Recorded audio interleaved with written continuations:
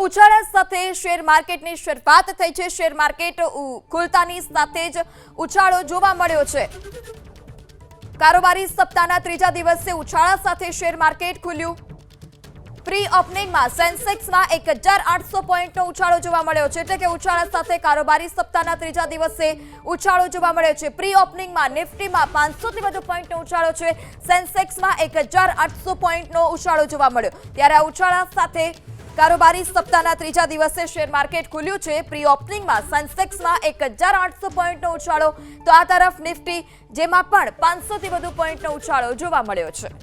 Pre ઓપનિંગમાં સેન્સેક્સમાં 1800 પોઈન્ટનો ઉછાળો જોવા મળ્યો છે, એટલે કે ઉછાળા સાથે કારોબારી સપ્તાહના ત્રીજા દિવસે ઉછાળો જોવા મળ્યો છે। પ્રી ઓપનિંગમાં નિફ્ટીમાં 500 થી વધુ પોઈન્ટનો ઉછાળો છે, સેન્સેક્સમાં 1800 પોઈન્ટનો ઉછાળો જોવા મળ્યો। ત્યારે આ ઉછાળા સાથે કારોબારી સપ્તાહના ત્રીજા દિવસે શેર માર્કેટ ખુલ્યું છે। પ્રી ઓપનિંગમાં સેન્સેક્સમાં 1800 પોઈન્ટનો ઉછાળો, તો આ તરફ નિફ્ટી જેમાં પણ 500 થી વધુ પોઈન્ટનો ઉછાળો જોવા મળ્યો છે।